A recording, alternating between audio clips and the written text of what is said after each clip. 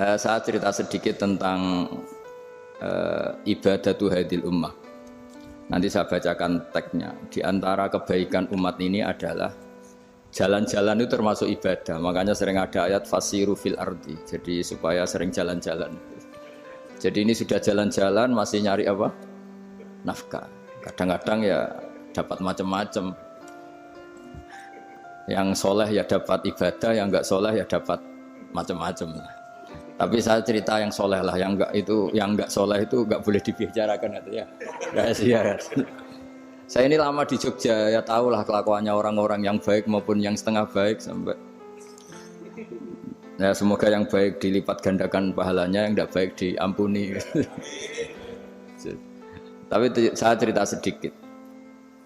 Di fikih kita, di kajian-kajian fikih kita memang ada istilah ini harus didengar karena ini ngaji dan sama status kita sama. Al-wasiyah ila ta'ah ya ta'ah, terus al-wasilah ilal maksiyah ya maksiyah. Jadi kalau kita jadi perangkat taat ya ibadah, kalau jadi perangkat maksiat juga maksiat. Sehingga di ilmu medis maupun di jasa online atau ojek atau apa misalnya pertanyaannya kita pekerja paket profesional boleh enggak ngantarkan paket narkoba? Ya jawabannya tentu enggak boleh karena bukan masalah pekerjaannya tapi yang diantar adalah sesuatu yang haram. Begitu juga boleh enggak ketika ada lelaki hidung belang tanya tempat mesum, kalau kamu nunjukkan berarti kan ikut berkontribusi. Ya kamu bisa meneruskan gimana hukumnya mengantar gitu misalnya. Nah, kiai juga sama sebetulnya. Kiai juga bisa dimanfaatkan orang yang macam-macam untuk kekuatan yang macam-macam. Jadi hukum ini sama, kamu tidak usah tersinggung misalnya. Kalau di fikih biasanya disebutkan menjual pedang pada begal juga enggak boleh karena digunakan yang tidak baik. Begitu juga misalnya apapun profesionalitas kita, misalnya paket, kita nganter ke paket yang apa? Paket ganja misalnya. Fikih ini harus kamu ketahui dulu sehingga hukum turunannya, ingat Allah misalnya, ini bisa kena. Kita tidak boleh ingat Allah dalam keadaan maksiat yang enggak diridani Allah. Karena mau tidak mau fikih ini hukum dasar. Sholat pun bisa kena semprit. Misalnya kita sholat karena tugas, bukan karena lillahi ta'ala. Makanya dulu itu ada guyonan Mas Wahyu itu. Ada imam dari masjid besar di negara sebelah. Tidak perlu saya sebutkan negaranya. Itu cerita, imamnya itu digaji 100 juta per bulan. Datang ke Surabaya gitu. Muadzinnya itu digaji 75 juta. Keren. Terus ngerti imam di Indonesia naik ontel, sudah watuk naik ontel, nggak ada yang gaji, musolanya jelek, terus sudah ada jepit, ada dia kerasan di musola karena sering dimaki-maki istrinya, sudah. Jadi itikafnya itu ya sambil menghindar, itu bukan makanya banyak masjid Indonesia itu banyak yang itikaf itu, karena di rumah ada betah, sudah diomelin nggak ada AC-nya, sekarang masjid banyak AC-nya kan. Kamar mandinya juga gitu, di rumah sama di masjid bagus. Di masjid. Makanya pengurus masjid yang daerah-daerah sini sering cerita ke kita. Kudune ngising ning omah Gus mlayune moro masjid karena itu cerita. Indonesia itu negara yang enggak bener katanya. Imam dan muadzin enggak digaji. Terus dia cerita-cerita kebaikan negaranya dan buruknya negara kita. Lama-lama kiai itu mangkel. Kiai Indonesia itu kan cerdas-cerdas, meskipun jarang yang kaya tapi cerdas-cerdas. Dia muji negara. Lama kalahnya itu dibeginiin sama Kiai Indonesia. Makanya kamu sholat terus ya, takut potong gaji. Artinya kalau dia jadi imam karena digaji, efeknya adalah dia kalau bolos itu takut, nanti kan dipotong gaji. Lama-lama kalau sering bolos di PHK gitu. Artinya luar biasa Indonesia, imam itu tidak ada yang gaji tapi semuanya sholat istiqomah. Berarti kita ini top, datang ke masjid jadi imam tanpa ada yang gaji. Top mana? Top Indonesia.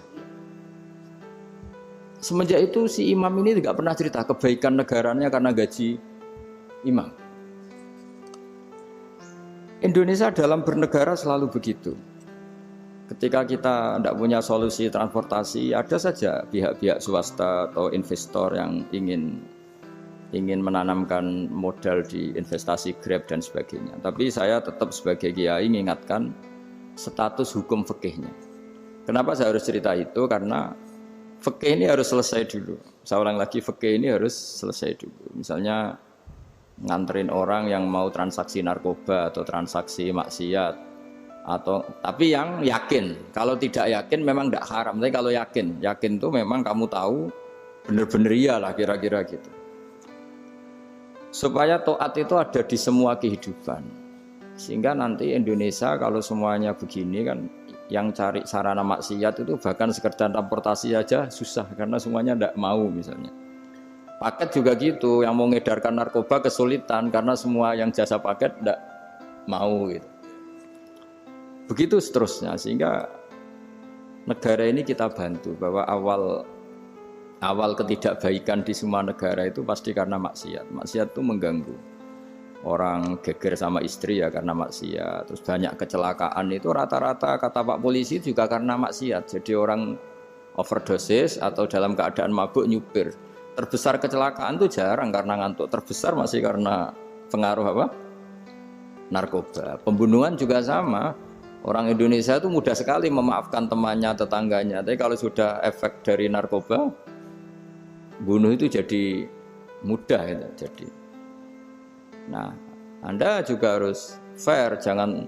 Tapi yang penting saya profesional nganter, gitu. Nggak mau tahu dia latar. Meskipun kita tidak boleh neliti orang ya, nggak boleh tajasus, nggak boleh neliti. Tapi yang jelas kamu tahu, yang jelas kamu tahu ya harus dihindari karena memang di semua profesi pekerjaan tuh utamanya kata Rasulullah SAW itu memperhatikan halal haramnya. Tapi ya saya ulang lagi tidak boleh sok suci, tidak boleh tajassus, tidak boleh neliti orang lain. Tapi kalau yang jelas-jelas untuk maksiat maka harus kita hindari. Termasuk masjid sekalipun. Dulu zaman Nabi itu ada masjid namanya Masjid Dirar. Untuk memecah konsentrasi sahabat. Sahabat itu begitu mencintai Nabi, mencintai Rasulullah. Ada orang kafir pinter, orang munafik pinter. Ini Muhammad harus ditandingi. Cara nandingi Muhammad jangan pakai dangdutan, jangan pakai bar, tapi pakai masjid. Karena ini suasananya kesannya bagus. Dibikin masjid tandingan supaya orang tidak ke Muhammad semua, tapi ke masjid ini. Ini pikirannya orang munafik. Artinya jangan kira terus masjid bebas hukum ya enggak juga. Masjid juga bisa kena semprit karena ini mendirikannya untuk bikin apa? Tandingan untuk bikin masjid diror, kalau istilahnya Quran masjid diror. Semua sarana kebaikan juga gitu.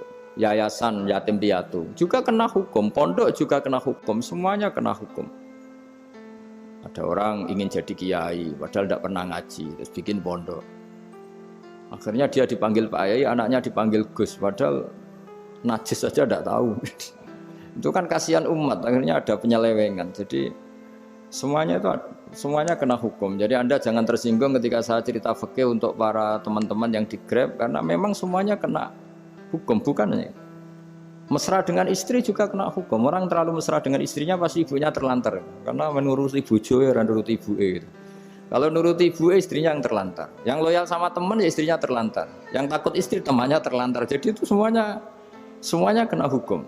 Tanpa terkecuali.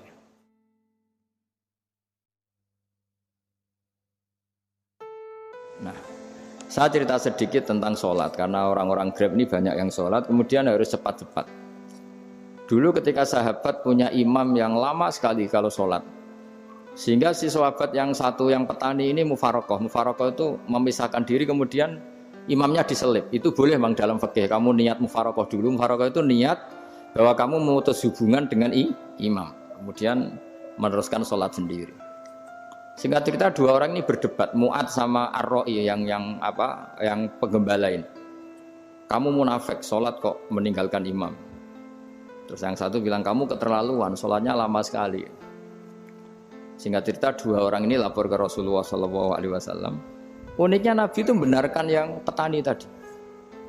Kamu Mu'ad jadi masalah. Agama ini tidak boleh jadi problem. Kalau kamu ngimami orang, jangan lama-lama. Di situ ada ibu-ibu yang ditunggui anaknya yang sedang menyusu. banyak petani yang nunggu macam-macam. Kayak pegawai POM ya ditunggu shift temannya, pegawai Indomaret juga gitu, apalagi Grab mungkin ditunggu penumpangnya macam-macam. Sehingga kebaikannya teman-teman yang kerja serabutan begini juga bergantung kebaikan imam tadi. Kalau sholat itu tidak boleh lama-lama, apalagi wiridan, sholatnya aja nggak boleh lama-lama, apalagi wiridannya. Nah, kadang-kadang orang ngira kebaikan tuh nggak ada sempritnya, ada juga. Sholat tuh ya disemprit sama Nabi, kalau terlalu lama juga disalahkan, karena nanti agama ini menjadi apa? Problem, menjadi problematika. Nah, termasuk kebaikan kita ketika membolehkan ya atau mentoleransi atau mendukung pekerjaan mulai Grab dan lain-lain adalah agama ini rahmatan lil alamin. Dulu ada seorang sahabat tanya, ya Rasulullah, boleh enggak kita ngegeng di perapatan gitu? Kata Nabi, ya jangan kalau bisa. Tapi kita harus natahaddas, artinya itu tempat kita jagungan di perapatan, di tempat-tempat umum lagi, di halte, Terus kata Nabi, enggak apa-apa, tapi fa'atut thoriq haqqaha, kamu harus memberikan hak jalan itu. Apa hak jalan itu? Satu, kamu amar ma'ruf, kalau bisa ya nahi mungkar, kemudian bikin suasana orang lainnya menjadi aman. Nah ini yang catatan. Kalau hitung saja, yang ikut Grab itu berapa ribu? Nah, ini tuh energi besar kalau di atas 100, berapa? 100 ribu. Hitung ya teman-teman di Grab, 100 ribu. 100 ribu ini kalau soleh semua, atau setengah soleh lah, kalau soleh banget keberatan ya soleh setengah soleh. Itu ada, ini sudah saya pikir, ada kebaikan yang menyebar di seluruh Nusantara yang berjumlah 100 ribu. Ini luar biasa. Ada kecelakaan dia menolong pertama, ada pemerkosaan menolong pertama, mungkin ada pencurian, ada apa. Maka kata Nabi, kamu kalau harus di jalan, itu kamu berkontribusi amar ma'ruf nahi mungkar. Saya sering ke Jogja karena saya mulai 98 di Jogja. Ya sering di terminal malam-malam. Saya ketika kecil itu sering diceritain orang nggak berani ke terminal ini banyak preman, nggak boleh ke terminal ini karena banyak preman. Ya mulai dari Sumatera, Jawa, hampir seluruh Indonesia. Kalau jam sekian sampai sekian sudah nggak berani karena banyak apa? Preman. Itu uniknya preman-preman itu selain dulu ditangani tentara dan polisi. Itu urusan negara ya kali itu, dan kita ngapresiasi. Itu hilangnya yang permanen itu bukan saja ditangani ABRI dan polisi, TNI dan polisi, tapi ditangani kultur. Banyak mulai orang soleh, santri dagangan di situ, ada ojek mangkal di situ, supir taksi mangkal di situ. Terus di sini orang-orang soleh yang menghalau ketika ada perempuan digoda atau perempuan dicopet atau apa. Terus lama-lama jadi kultur bahwa kebaikan ini dominan. Setelah kebaikan dominan ini otomatis menyingkir sedikit demi sedikit. Jadi selain negara ini harus melakukan sesuatu yang seharusnya, yaitu menjaga masyarakat dari kriminalitas, sebetulnya yang paling awet dan paling mudah dilakukan itu tadi, kebaikan harus menjadi kultur bersama. Sehingga kalau terminal kemudian ada mbak-mbak jilbaban yang dagang, terus pak-paknya soleh, ada musola yang hidup, ojeknya juga gitu, terus supir taksinya, lalu kebaikan ini menjadi nilai bersama. Saking jadi nilai bersama, ibu-ibu yang takut atas dirinya, nggak ngojek kecuali pak ini karena terkenal amanah, nggak naksi kecuali pak ini karena terkenal amanah. Dan kita Indonesia itu ingin seperti itu, sehingga amanah ini menjadi nilai bersama dan otomatis menjadi keamanan bersama. Corong Jawa itu tego nitipno anake karena dijamin aman, tego nitipkan istrinya juga karena dijamin aman. Nah kalau kebaikan ini juga menjadi satu nilai jual dan kita bisa mengawal secara serius, itu alhamdulillah betul. Nah dimulai dari mana? Satu, mental kita takwa. Kedua, sistem sosial, bahwa kita terkoneksi oleh indukan ya, juga terkoneksi oleh kepolisian. Maksudnya karena kita terdaftar, kalau ada anak hilang kan tinggal ini yang bawa wahyu misalnya. Jadi saya mohon, semohon-mohonnya, kebaikan ini harus jadi nilai bersama. Setelah terminal itu banyak orang baik, otomatis yang ini tuh menyingkir itu. Akhirnya apa? Nanti yang bos-bosnya toko itu ya hanya nitipkan sama orang soleh. Yang mau nge-grab juga hanya titip sama yang soleh. Begitu seterusnya.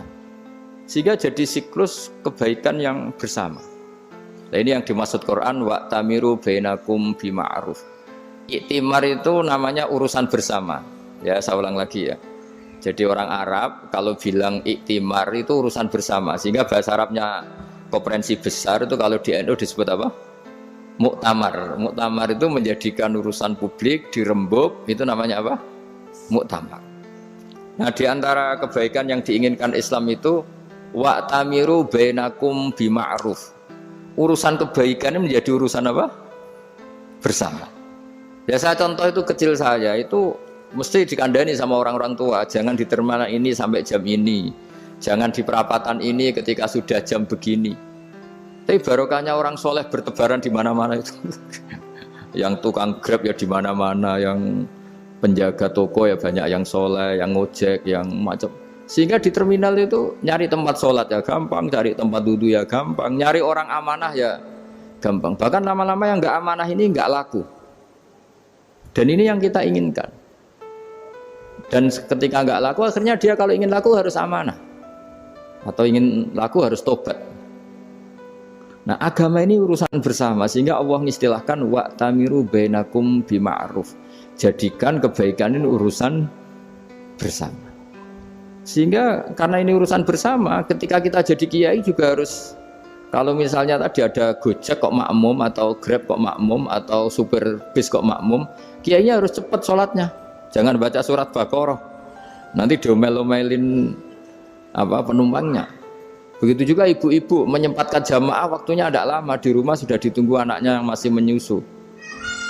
Makanya Nabi ngendikan idza amma ahadukum as-sholata falyukhaffif. Kalau kamu jadi imam, sholatnya harus relatif cepat. Fa inna fihim ad-dhaif badal hajat. Di antara makmum itu yang banyak punya urusan. Selain ada yang lemah, ada yang punya banyak urusan.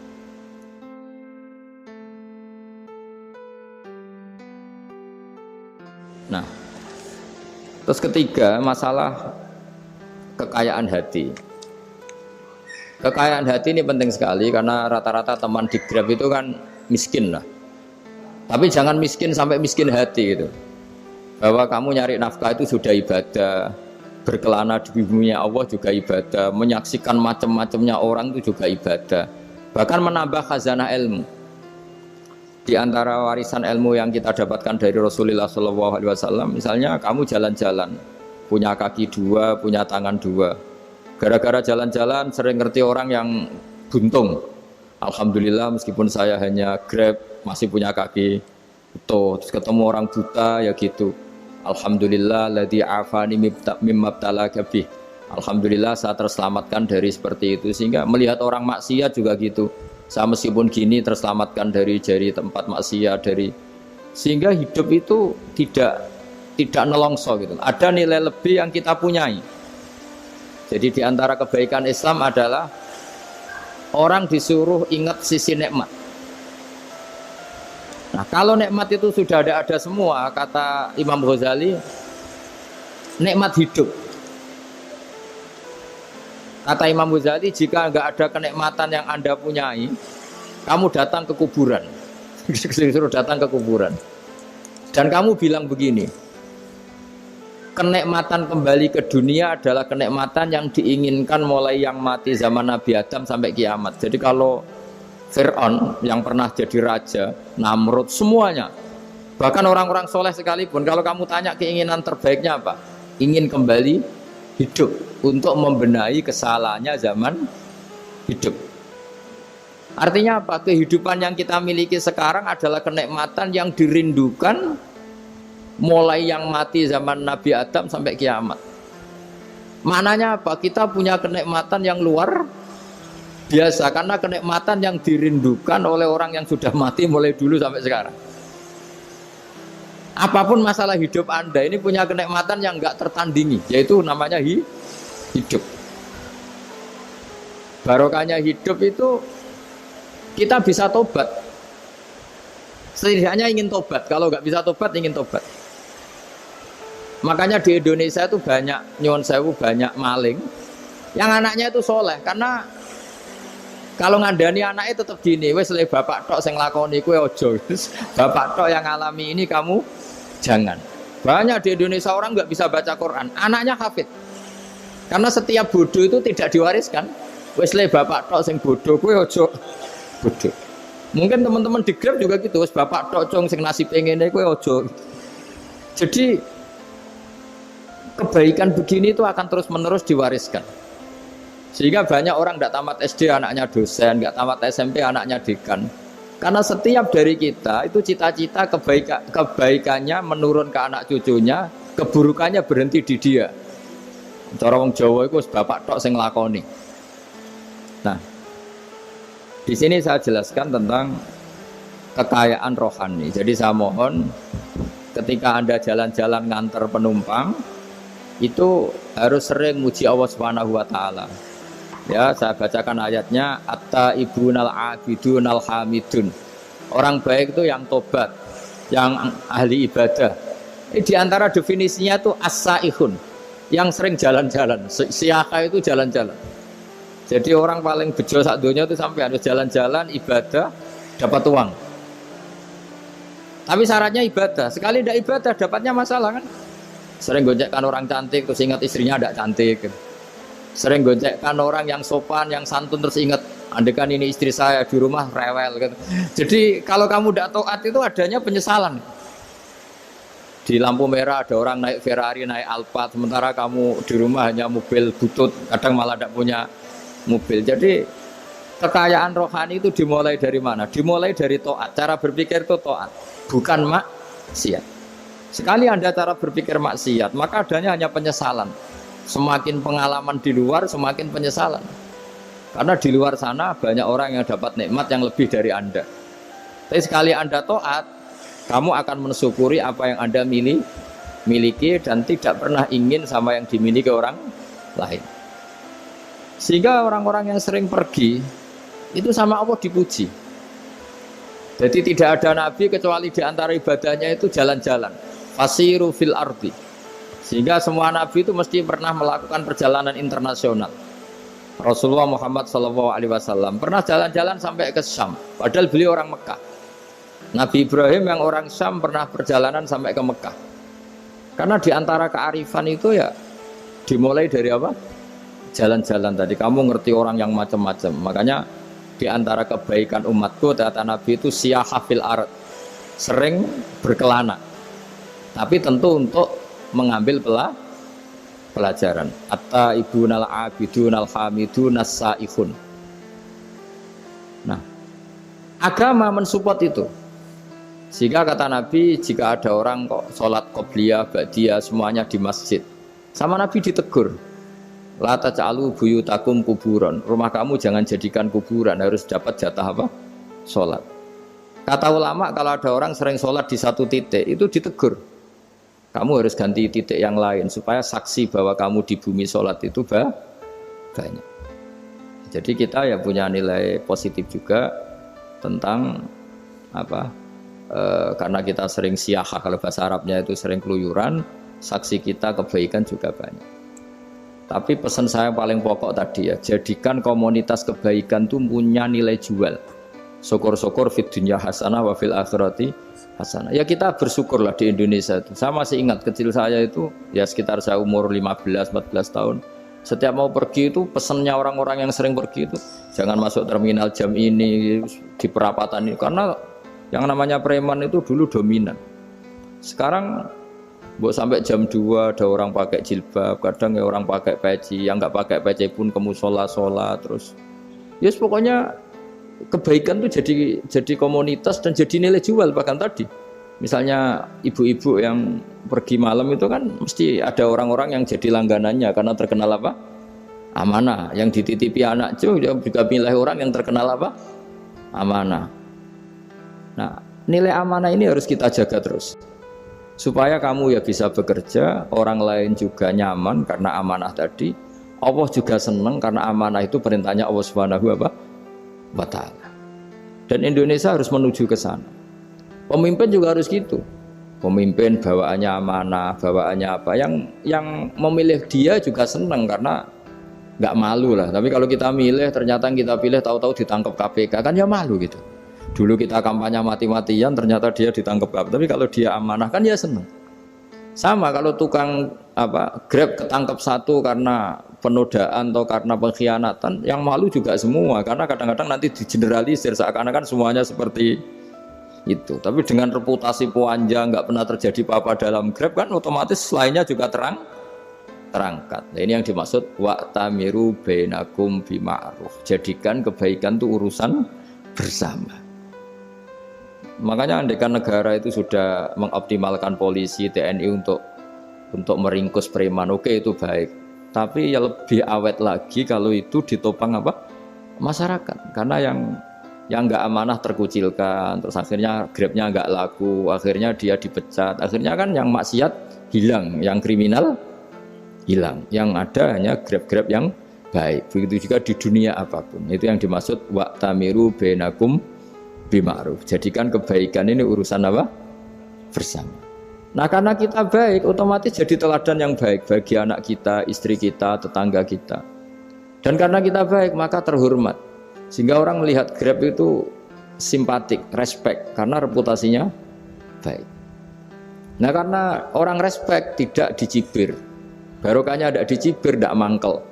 Barokahnya tidak mangkel, tidak saling ejek, bahkan tidak saling bunuh. Coba kalau kita jelek, dicibir orang, kita dalam keadaan mabuk, tidak terkontrol, bunuh. Jadi efek dari maksiat itu begitu buruknya. Sehingga penelitian itu mengatakan kebanyakan kecelakaan ya pemicu utamanya rata-rata ya nyupir dalam keadaan mabuk. Beberapa nyuwun sewu kasus-kasus kriminal rata-rata ya dipicu oleh hal-hal seperti itu. Makanya meskipun di luar saya tolong hindari narkoba, hindari hal-hal yang maksiat supaya pekerjaan Anda ini barokah.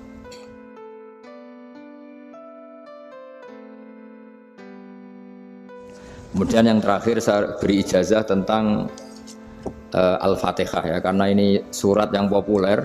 Kalau saya ijazahi Quran 30 juz pasti sampean nggak hafal. Atau ijazah surat Baqarah, kalau mau Baqarah mau. Ijazahi surat Baqarah mau 2 juz setengah. Mau Mas Asep? Ya Fatihah aja yang gampang ya. Nah, ya kulhu Fatihah ini paket ringan ini. Tapi pahalanya besar. Ini beda ya, artinya selama ini mungkin Anda baca tapi monoton ya. Tapi ini saya bacakan teks aslinya tentang istilahnya itu mazaya itu kelebihannya Fatihah. Saya baca Arabnya dulu, nanti ini terakhir ya, ijazah tadi kan saran-saran umum tentang sosial. Ya, pokoknya jadikan kebaikan itu punya nilai sosial yang baik lah. Jadi nanti orang yang nggak amanah nggak laku. Ya, calon bupati, gubernur, presiden yang nggak amanah juga nggak laku. Begitu juga kiai yang tidak amanah juga nggak laku. Suami yang nggak amanah juga nggak laku. Istri yang nggak amanah juga. Sehingga kebaikan ini jadi nilai sosial yang dalam tanda kutip sudah keniscayaan. Yang diinginkan Allah itu seperti itu. Bukan kebaikan yang dipaksakan karena kekuatan negara. Maksudnya kalau bisa kebaikan itu tidak usah dipaksakan. Memang sudah satu kebutuhan. Kayak cerita-cerita di negara maju itu.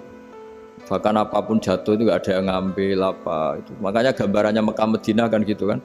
Barang jatuh nggak ada yang berani ngambil, itu saking sudah jadi sistem.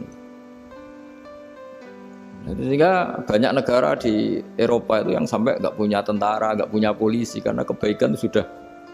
Nah kita kan masih capek, polisinya aja capek, apalagi masyarakatnya karena kebaikan itu belum jadi nilai bersama. Nah kita selain ditopang negara, ada polisi, ada tentara, itu kita usahakan kebaikan itu jadi nilai bersama. Tadi wa'tamiru bainakum bima'ruf. Dan kita punya reputasi yang bagus dalam bab ini. Saya masih ingat kecil saya itu yang jilbaban hanya keluarga kiai. Sekarang rata-rata masyarakat itu jilbaban. Dulu yang sekolah SMP, SMA itu jilbaban kadang dulu malah dilarang ya, harus sama seperti itu seragamnya. Sekarang sudah boleh. Dan nyaman. Lama-lama yang dapat simpatik ya yang pakai pakaian model tertutup seperti itu. Lama-lama gamane cara wong golek mantu ya golek yang seperti itu daripada yang blodor. Lama-lama jadi nilai bersama. Ya ingin saya seperti itulah. Di terminal juga sama. Orang mau makan cari warung yang kelihatan ada ayat kursinya, pakai jilbab atau paling enggak dia nggak mungkin lah nyuguhkan yang tiren atau yang haram. Kan ada garansi sosial, ada apa? Ada garansi apa? Sosial dengan penampilan yang soleh itu kan masa iya nyuguhkan oplosan babi gitu misalnya itu. Jadi nilai sosial itu harus ya tadi harus benar-benar jadi nilai sehingga negara biar gak capek-capek.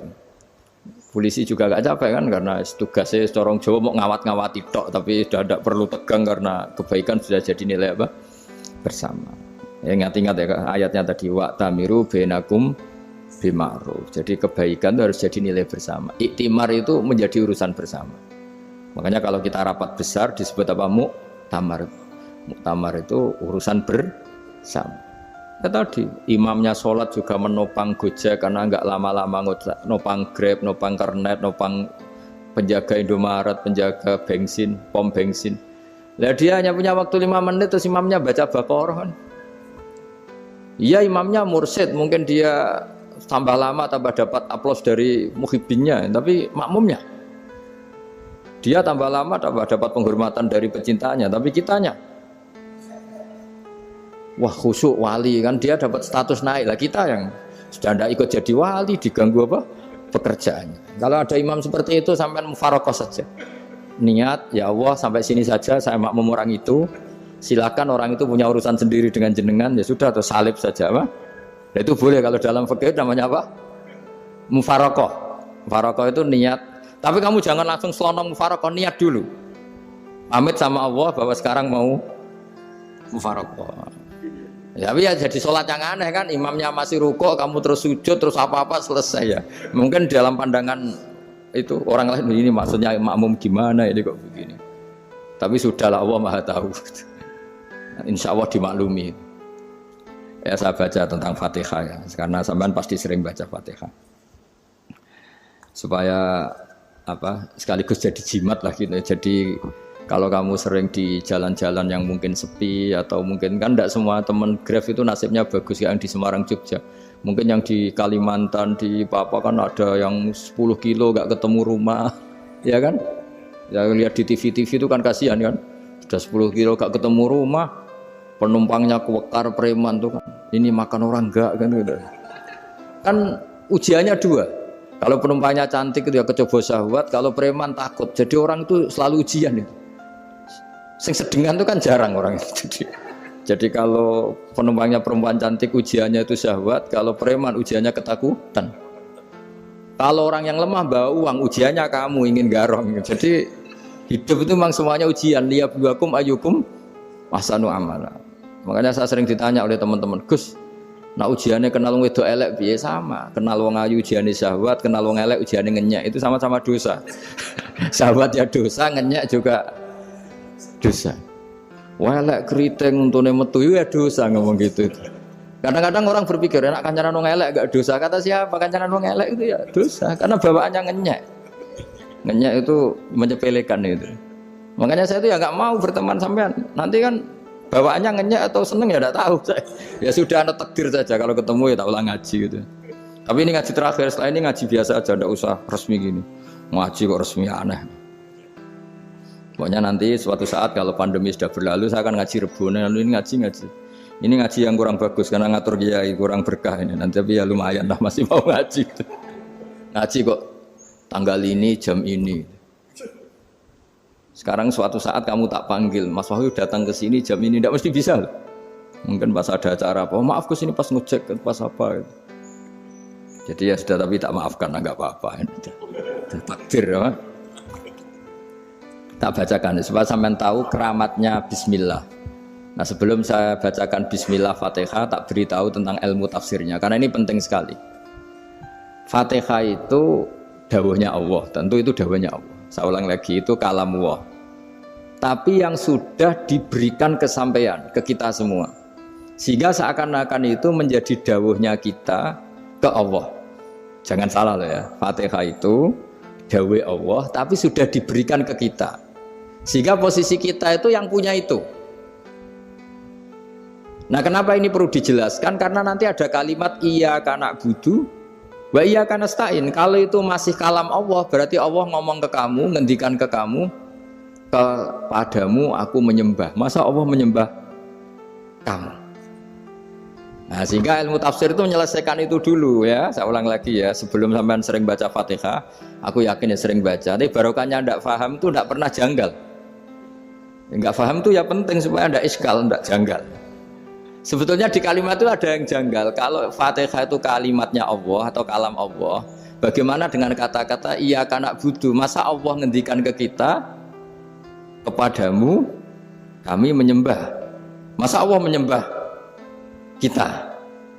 Maka penyelesaiannya secara ilmu tafsir gimana? Semua ulama mengatakan, bukan satu dua, semuanya mengatakan di Fatihah itu semuanya diberi kawalan kalimat. Saya ulang lagi ya, di Fatihah itu semuanya diberi awalan kalimat qulu, katakan wahai hambaku begini. Ya, katakan wahai hambaku begini. Nah, begini ini pelajaran dari Allah yang sudah diberikan ke kita. Terus kita mengatakan bismillahirrahmanirrahim, alhamdulillahirabbil, termasuk kita mengatakan iyyaka na'budu wa iyyaka nasta'in. Jangan bayangkan Allah ngendikan ke kita. Kalau Allah ngendikan kita berarti gini, hei wahyu ihdinas siratal mustaqim, tunjukkan saya jalan yang benar. Nah nanti kamu terus, ya Allah Anda aja minta tolong saya minta tolong siapa kan, jadi panjang kan. Ya saya ulang lagi ya, jadi itu di Ulumul Quran diterangkan gimana sebelum baca Fatihah ya. Fatihah itu kalamullah, ngendikane Allah, tapi yang sudah diajarkan ke kita dan sudah milik kita, sehingga kalimat itu menjadi milik kita. Tapi ya kalamullah, tetap kalamullah, tapi sudah menjadi milik kita. Udah paham ya? Ya pinter nah. Ya, karena kalau tanpa penjelasan seperti ini, Anda akan iskal. Bagaimana Allah, iskal itu janggal, bagaimana Allah mengatakan iya karena butuh. Kan jadi aneh ya? Ya, jadi tak jelaskan secara ilmiah ya. Jadi kata ulama-ulama tafsir, ayat-ayat Quran seperti ini sebetulnya dimulai dari qulu apa? Meskipun enggak dilafatkan. Itu kan sama dengan qul huwallahu ahad Muhammad, katakan kalau Tuhan itu satu. Ya namanya Quran itu kan kalam Allah, membina nabinya, membina umatnya. Makanya dikatakan atau enggak, di sini tersembunyi kata qulu, katakan. Ya. Jadi ya ibarat apa itu? Kamu ngajari anak kamu lah, le panggil jenengan bapak kulo. Itu maksudnya anak itu, kalimat itu kalimat kamu, tapi kamu ajarkan ke anak kamu. Terus anak kamu bilang, Pak jenengan bapak kulo. Nah, ketika kamu mengatakan jenengan, bukan kamu mengatakan jenengan anakku, berarti anakmu itu bapakmu, kan lucu kan? Anak kamu ajari jenengan bapak kulo, kamu engkau bapak saya. Terus anak kamu mengulang jenengan atau kamu bapak saya. Berarti itu kalimat yang kamu ajarkan, tapi sekarang sudah milik anak kamu. Kalau itu kalimat kamu kan lucu, masa anak kamu bilang bapak. Nah itu seperti itu. Jadi ulama memberi solusi atau jawaban iyyaka na'budu wa iya, itu sebelumnya ada kata-kata qulu, katakan wahai hambaku, hubungan kamu dengan saya adalah katakan iyyaka na'budu wa iyyaka nasta'in. Terus hubungan kamu dengan saya katakan juga dalam doamu ihdinas siratal mustaqim. Jelas ya, jadi itu kalam Allah yang sudah milik kita karena diajarkan Allah untuk kita. Dong ya? Ya dong, gak jelas gak. Tapi bagus, gak jelas itu bagus. Kalau kamu jelas gak jadi digrab, jadi gubernur. Min azimi fadliha kasratu asma'iha wa fadail ukhra. Ini cerita dramatisnya surat Al-Fatihah. Qala Abu Hurairah radhiyallahu anhu inna iblisa ranna khina unsitat Al-Fatihah. Jadi iblis itu begitu kesakitan. Ini kitab Abwaabul Farad karangannya Sayyid Muhammad Alawi, juga kutipan dari beberapa kitab. Yang jelas beliau sendiri juga ngutip dari beberapa riwayat di beberapa hadis. Halaman 123. Ketika Fatihah turun itu iblis kesakitan. Kayak orang sakit gigi lah, tersiksa sisanya karena turunnya surat apa? Al-Fatihah. Artinya kalau Anda baca Fatihah dijiwai, maka Anda melemahkan setan, melemahkan iblis. Wa qala Mujahid, khina unzilat Fatihatul Kitab ronna fastama indahu asyayatin. Jadi ketika Fatihah itu turun, iblis itu terkapar lah kira-kira. Sampai dijenguk banyak setan. Jadi kamarnya di ICU lah kira-kira gitu kalau sekarang itu. Entah Covid entah enggak tahu. Pokoknya di ICU sampai dijenguk banyak setan. Enggak tahu bawa apa enggak tahu. Pokoknya dijenguk banyak setan. Ono yang nyangoni karena ini apa? Ketuanya apa? Pingsan, sakit. Jadi iblis itu sakit sampai dijenguk anak buahnya setan-setan.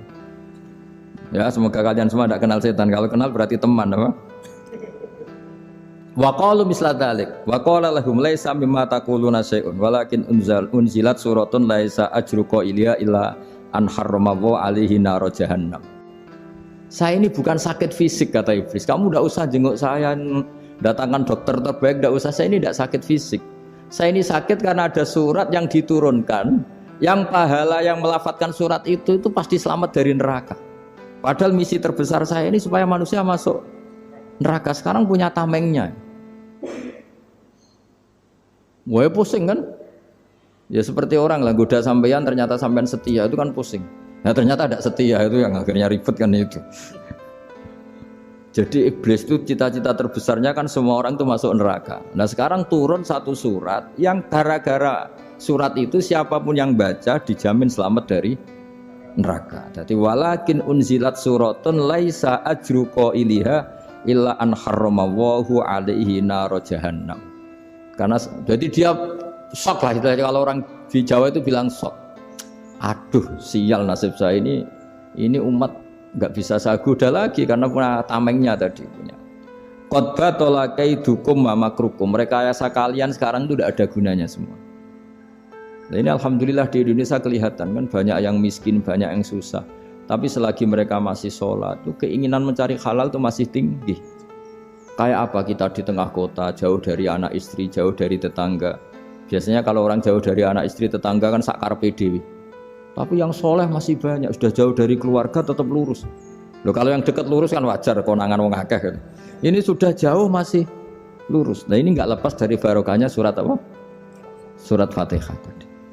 Jadi karena ada surat yang menjamin pelafalnya atau qailiha terbebas dari api neraka. Wa qalat as-sayatinu lahu is ayusai'an ta'muruna ya maulana.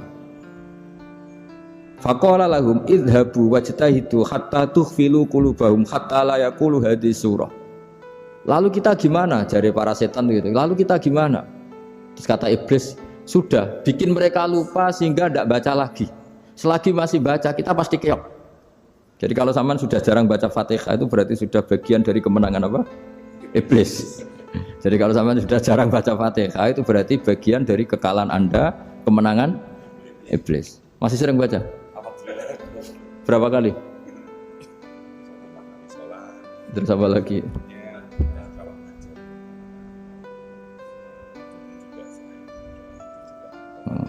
Kok 5 kali tok itu?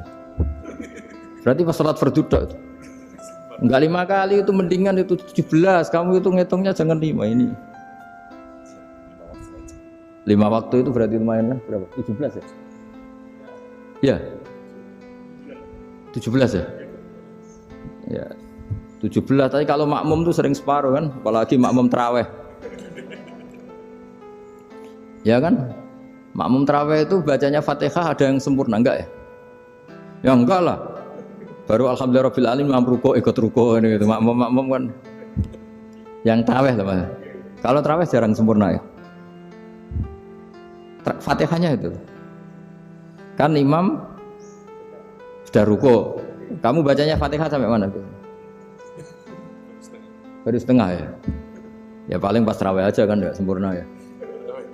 Apalagi kalau imamnya sing kilat tuh waduh malah. Nah ketika Fatihah itu sebegitu keramatnya, sebegitu topnya, itu setan rapat, singkat cerita itu yang tadi dipimpin oleh iblis yang sedang terkapar apa? Terus tali obatnya nggak ada, cuma dia shock karena ada surat yang turun yang melafatkan itu pasti selamat dari apa? Neraka. Nah ini gimana saran Anda? Terus sarannya adalah bikin orang-orang itu lupa, tidak baca Fatihah. Nah ini rapatnya iblis. Idzabu wajtahidu hatta tufilu qulubahum hatta la yaqulu hadhihi surah. kala yuksiru qiraataha wa la yakunu lahum ajrun wa thawabun bal yakunu lahum adzabun wa iqabun.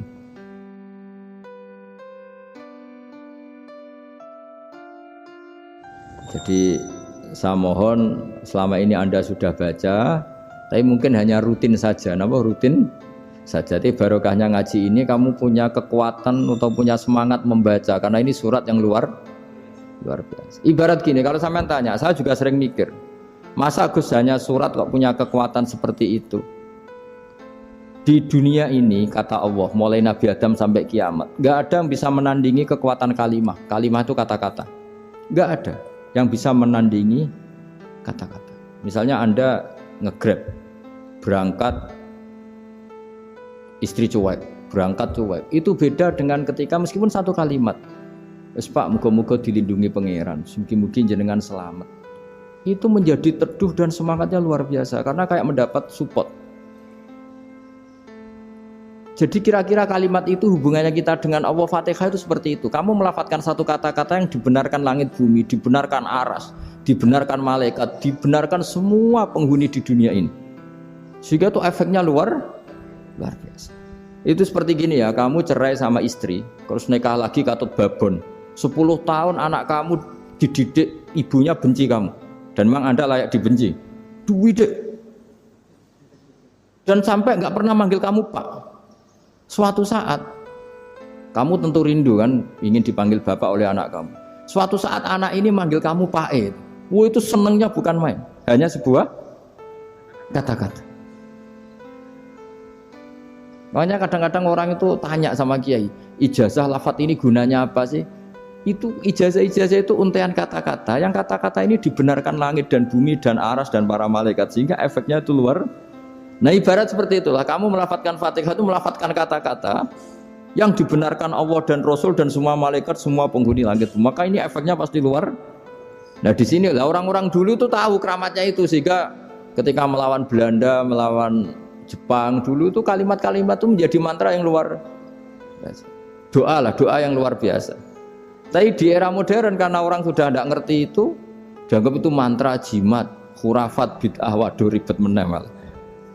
Sebetulnya tidak seperti itu. Memang kata-kata ini kekuatannya luar biasa.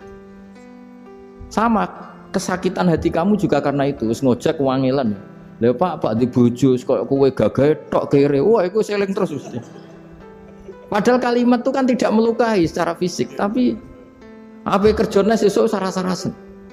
Karena terus dengan pengadilan seperti itu kan, ngapain kerja demi perempuan yang seperti ini? Lagi-lagi kata-kata ini luar. Nah bayangkan kalau kata-kata itu adalah kalimat yang diajarkan Allah lewat Rasulnya, lewat malaikat Jibril. Kayak apa kekuatannya itu? Nah kira-kira Fatihah itu gitu. Kalimat yang baik, kalimatan thayyibah diajarkan oleh Allah dan Rasul. Kayak apa kira-kira kekuatannya? Pasti luar biasa. Wong support yang dikatakan istri kita, anak kita aja luar biasa. Apalagi ini support yang diajarkan Allah dan Rasul. Ya makanya saya mohon kalau baca Fatihah, baca kalimat-kalimat thayyibah ketika sholat itu dijiwai. Ya misalnya Rabbana lakal hamdu mil'us samawati wa mil'ul ardi wa mil'u ma syi'ta min syai'im. Engkau zat yang layak dipuji dan pujian ini memenuhi langit dan bumi. Karena kita tahu nggak ada sejengkal di alam raya ini kecuali di situ ada rahmat Allah. Misalnya kamu bisa lewat sampai rumah saya, kamu mungkin anggap biasa saja. Coba kalau ngalami likuifaksi, tahu-tahu bumi ini ambles, bisa ngelewati yang likuifaksi itu luar. Tanyakan orang pernah ngalami likuifaksi di Sulawesi, itu melihat bumi bisa diinjak gak ambles itu, wah luar. Dan sampean gak ngalami itu sehingga lewat bumi ya biasa aja. Coba kalau ngalami seperti tidur, ya biasa aja.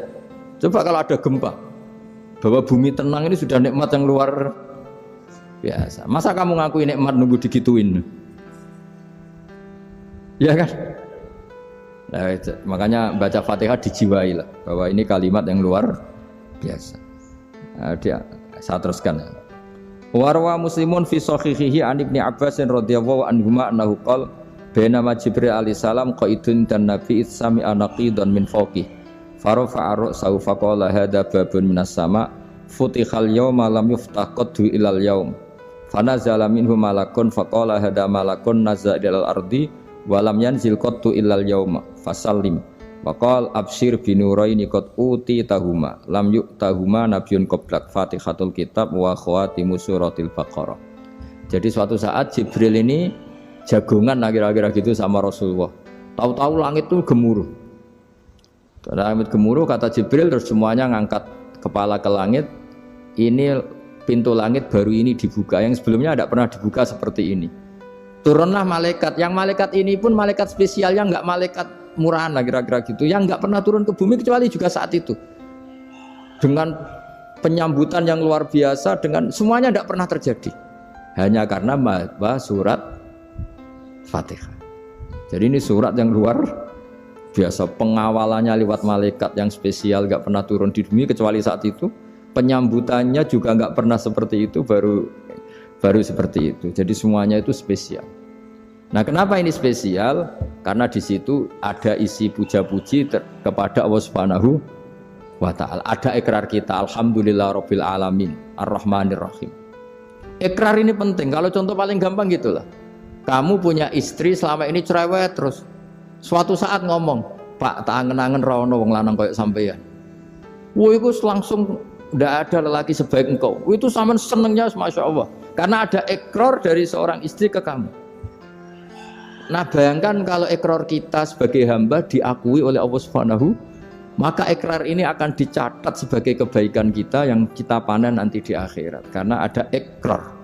Kita ikrar bahwa alhamdulillah rabbil alamin. Kita ikrar ar-rahmanir rahim. Kita ikrar maliki yaumiddin. Kita ikrar iyyaka na'budu wa iyyaka nasta'in. Sampean misalnya jadi orang Indonesia, ketemu orang Indonesia yang makmur di Jerman, terus lupa Indonesia.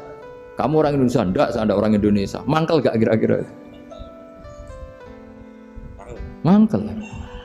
Karena salah ikrar kan gitu.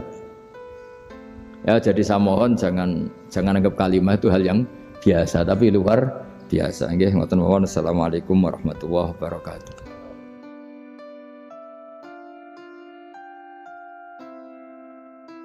Saya berkali-kali kampanye di mana-mana lah, kampanye dan menganjurkan. Di antara catatan dalam Suhufi Ibrahim wa Musa kan ada kan di Quran itu yang dinamakan lampiran-lampiran wasiatnya Nabi Ibrahim dan Nabi apa? Musa. Itu di antara catatannya begini. Orang yang punya akal itu adalah orang yang bisa menikmati sesuatu yang baik. Misalnya gini, contoh gampang gini. Kamu punya anak pertama atau punya anak yang masih kecil, itu gendong tuh senangnya bukan main. Melihat anak sehat tuh senangnya bukan main. Mungkin saat itu banyak orang yang sedang maksiat dengan perempuan nakal atau dengan teman-teman nakalnya, yang nganggap seperti itu tidak nikmat. Tapi andaikan ini ditimbang ya ditimbang. Yang maksiat betulan, misalnya paling ukuran bahagianya itu 70%. Tapi yang ini, yang nimang anak baru lahir atau masih kecil, corong Jawa ngeloni anak, bisa saja bahagianya itu sampai 100%. Artinya selama ini kesalahan kita adalah nganggep maksiat itu pasti menyenangkan dan taat itu tidak menyenangkan. Makanya saya berkali-kali fatwa, untuk melawan kenikmatan maksiat, orang harus terbiasa menikmati taat, menikmati kebaikan. Jangan kira kita nimang istri nikmat, nimang anak nikmat, ketemu teman yang lama tidak ketemu juga nikmat. Artinya kita akan melewati berjam-jam untuk jagungan sama teman, sama anak, sama istri. Dan itu harus kamu nikmati supaya mengganti tidak berkebutuhan nikmat yang lewat jalur maksiat. Jadi saya mohon sarana-sarana yang menyenangkan itu, yang taat itu kita maksimalkan. Makanya bapak saya tuh sering pesen, kowe nak ngaji sing guyon, sing seneng. Nganti wong maksiat itu karena cari kesenangan. Coba kalau kesenangan itu sudah didapatkan saat taat, maka tidak butuh lagi kesenangan yang berbentuk maksiat. Makanya orang-orang wali dulu kalau sudah sholat itu gak bisa berhenti karena merasa nikmat. Makanya Nabi pernah ngendikan wa qurratu aini fi sholat, nyaman saya itu kalau sedang sholat. Itu tadi. Bayangkan kalau besok itu pasti mati. Makanya latihannya harus gitu. Bayangkan besok itu pasti mati. Berarti itu hari terakhir kamu. Ya, dengan merasa hari terakhir itu kalau kamu maksiat kan malu. Waduh, saya mati pas. Makanya sholli sholata muwaddiin, kamu sholat seakan-akan itu sholat dan bayangkan akhirat tuh wa'mal li akhiratika ka'annaka tamutu dan bayangkan akhirat tuh besok kamu mati. Sehingga ketemu istri ya seneng karena ini pertemuan terakhir, ketemu anak ya seneng ini pertemuan terakhir. Sholat juga tenanan karena ini sholat terakhir. Sehingga kalau mau maksiat tuh takut, jangan-jangan ini kehidupan saya terakhir kok tak pakai seperti ini. Nah, jadi di antara resepnya itu apa tadi? Nganggep ya ibadah itu menyenangkan, nah, gitu. Terus pinter.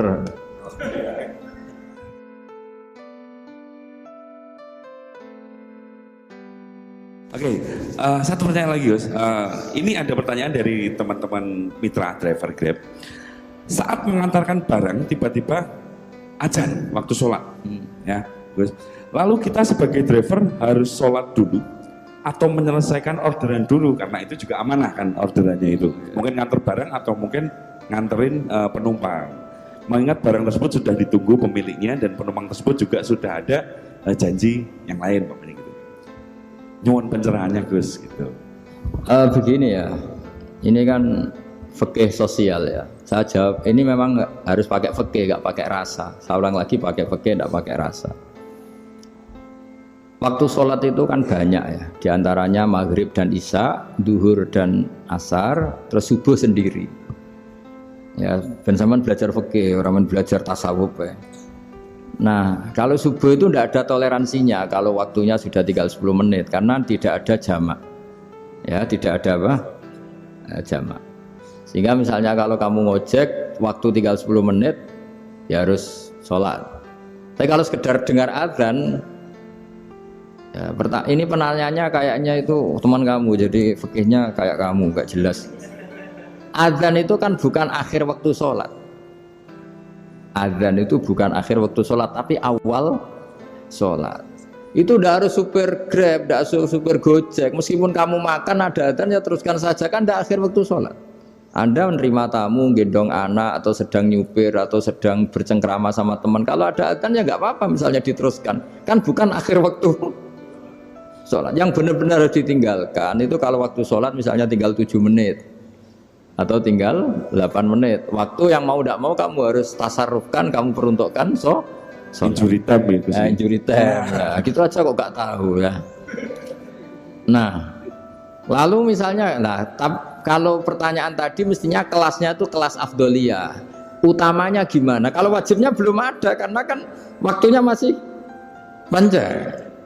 Jadi pertanyaannya bukan wajibnya tapi sebaiknya karena ini semuanya belum mendesak kan. Andai kan kamu teruskan nganter barang kan tidak ada jaminan waktunya habis. Padahal kalau kamu memaksa sholat mungkin citra kamu sebagai supir Grab tidak baik karena dianggap mengabaikan konsumen. Nah, terus kedua menyangkut jarak. Oke seperti itu. Nah,